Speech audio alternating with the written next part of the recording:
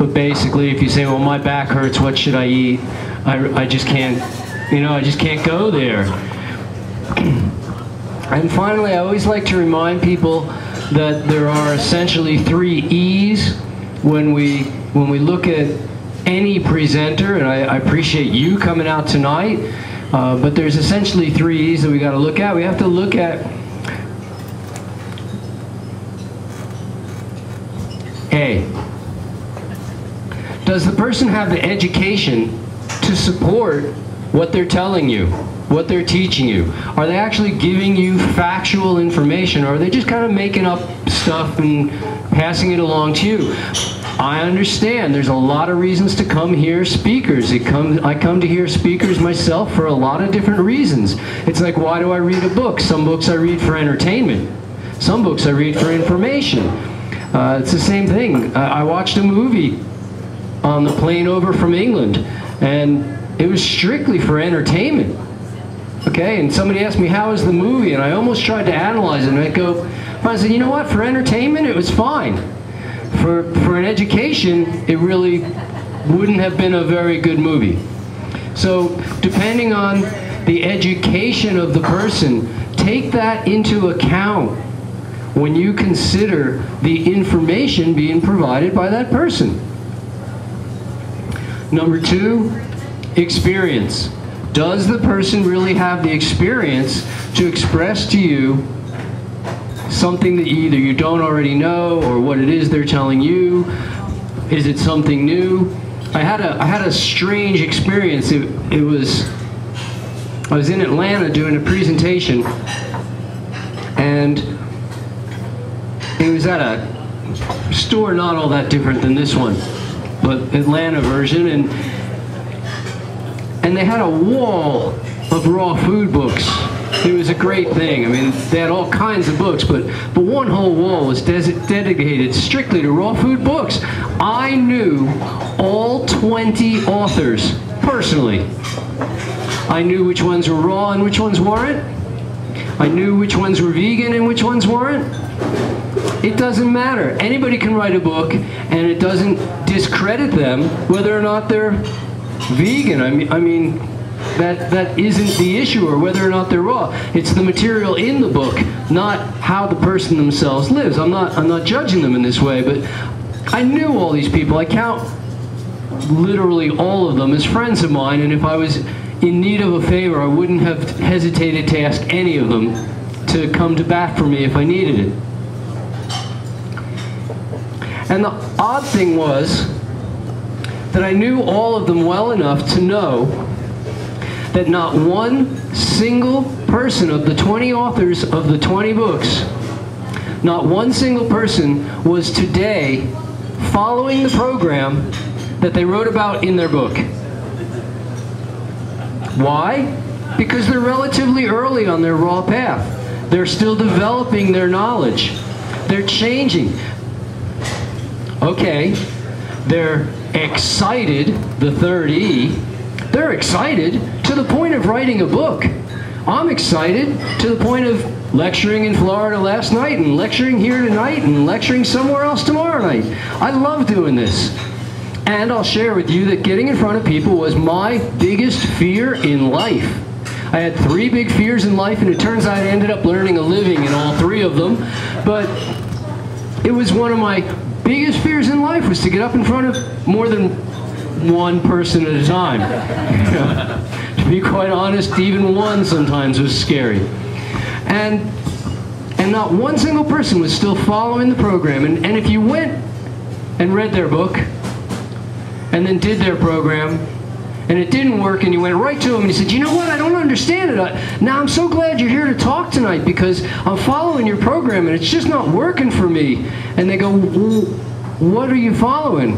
What are you doing? They go, well, I read that book and it's right there. And they go, oh, I'm not doing that anymore. Now I'm doing this. I'm not knocking that either. We're all on a path. I encourage you to put your philosophy so far out in front of yourself that you have to strive, that you have to grow in order to catch up to that philosophy. And hopefully, long before you get there, you'll have pushed the philosophy further out in front some more. But it's another thing entirely to tell people, hey, follow me. I don't know where I'm going, but I'm really excited, and I'm not where I used to be, and come follow me. In fact, I think tonight I'm supposed to talk about how and why to go raw. That's what you said. That's what I said. How to go raw. Eat raw food. Why go raw? Because cooked food doesn't work. Is there anything else we can talk about, or do you want me to go in more depth? How many people here are already eating raw food? I mean, I don't have to tell you how. You already figured it out in that case, and I probably don't have to tell you why. But I can tell you a little bit about those things if you like, and we'll venture off into a few other areas. I can tell you for sure that in 30 years of eating raw food, I've learned a few things. Who wouldn't? And honestly, the reason to go raw is because cooked food doesn't work. It doesn't work on almost any angle that you can look at it, under any light. Some of you may know I wrote a book expressing to people what I believed was the healthiest way, the most successful way to go raw. It's called the 80-10-10 diet. I don't believe that it's the world's best diet.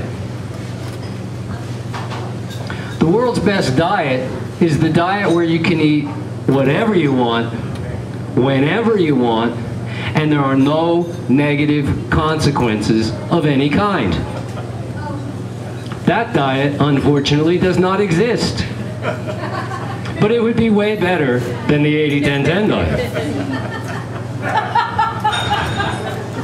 Right? I mean, if you could eat anything you wanted in the whole world, anytime, as much as you want, and there were no negative consequences, who would be a raw food vegan? Yeah, you notice not one hand went up? And that's the reality. The reality is that each and every one of you gave cooked food a chance first, and it didn't take you where you wanted to go. Somehow, by some miracle, we didn't make one wrong turn between San Francisco Airport, Berkeley, to pick up some product, and coming up here. I don't know, there was a miracle there. We didn't make one wrong turn. I saw some really interesting roads I would have liked to have gone down, but they would not have taken me here. That was the whole point. And so, I'll begin my how and why to go raw by telling you a story that is true story. My wife Rosie and I dated for 10 years before we got married. We actually knew each other for 12 years. When I first met her, I knew right away there was something special about her. But I didn't know what that was going to be. But I knew she was special. But she lived in England and I lived in Florida, and we both had our own careers, and we didn't get to see each other that often, and we tried to develop a relationship. And the relationship worked pretty well for me. But it didn't work at all for her. Basically, the relationship was, whenever we're together, we're totally focused on each other, and the rest of the time, we're not. That worked pretty well for me. Didn't work for her. So we tried another way of doing it. We tried total commitment to each other. Even though we only see each other on and off, here and there, a few times a year, for a total of somewhere between 6 to 10 weeks out of the year. She could make that work. I couldn't. To be honest with you, I couldn't make it work. Didn't work for me.